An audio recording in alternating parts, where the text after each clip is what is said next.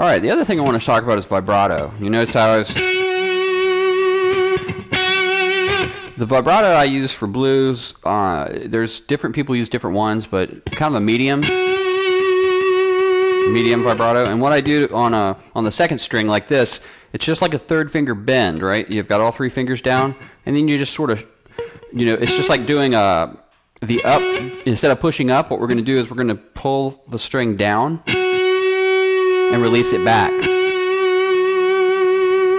Or you could go the other way where you push it up. I usually pull it down. Now if I'm on the first string,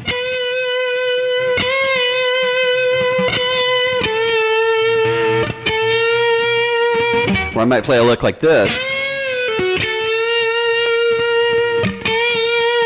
it's just taking the first finger, bending it up. I bend up half step there, and then I do the same type of vibrato.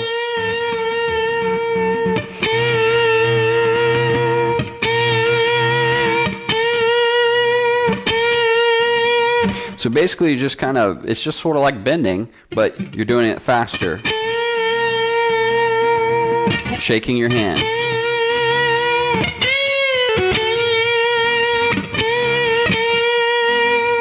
Really, it's a thing, more of a feel. Once you understand the technique, it's more of something you want to feel as you're playing these licks and ideas. You'll listen to the lick and then try to copy it.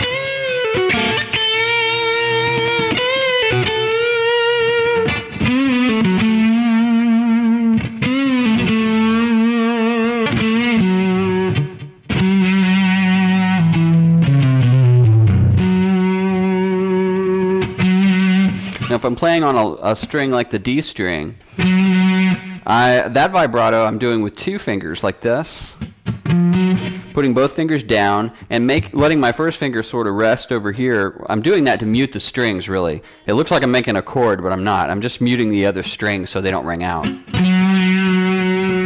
then doing the vibrato.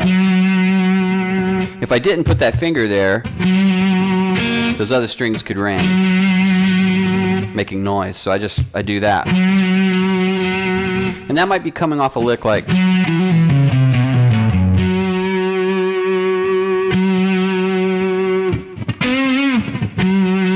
So that feels a lot like a bar chord, by the way. It's not a chord, but it's just like making this kind of bar chord. It's the same position for your wrist. Just let your finger lay across the strings. Put your second and third finger on the 4th and 5th string on the D. I mean the 4th and 5th fret on the D.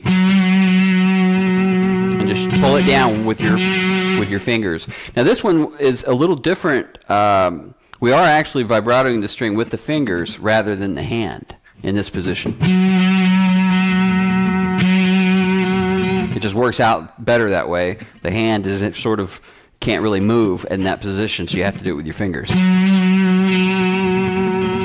So a lot of the technique depends on where we're playing, what string we're on, and how we're approaching it. So we can't use the same, techniques all the time. All right, so you'll get used to that, and a lot of these techniques you'll find just on your own, just from playing them. But I just wanted to point out a few. The licks that we're going to learn will have these bends in them. So if you understand the technique of making the bends, we can, we'll be ready to go forward into the licks.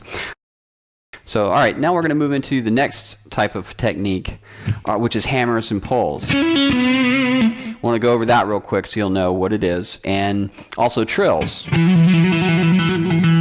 All right, so let's look at some hammer-ons and pull-offs.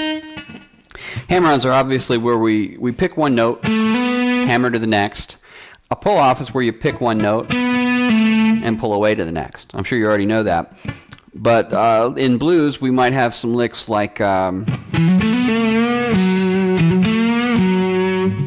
we're hammering a note,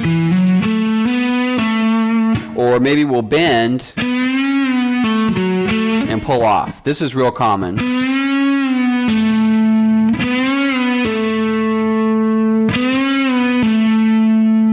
So it's really common to bend up, bring it down, pull off to that 3 right there, and then we'll give it a little vibrato.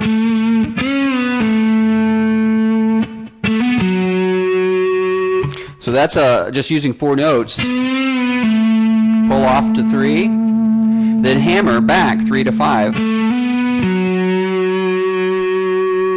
a little vibrato on the end there.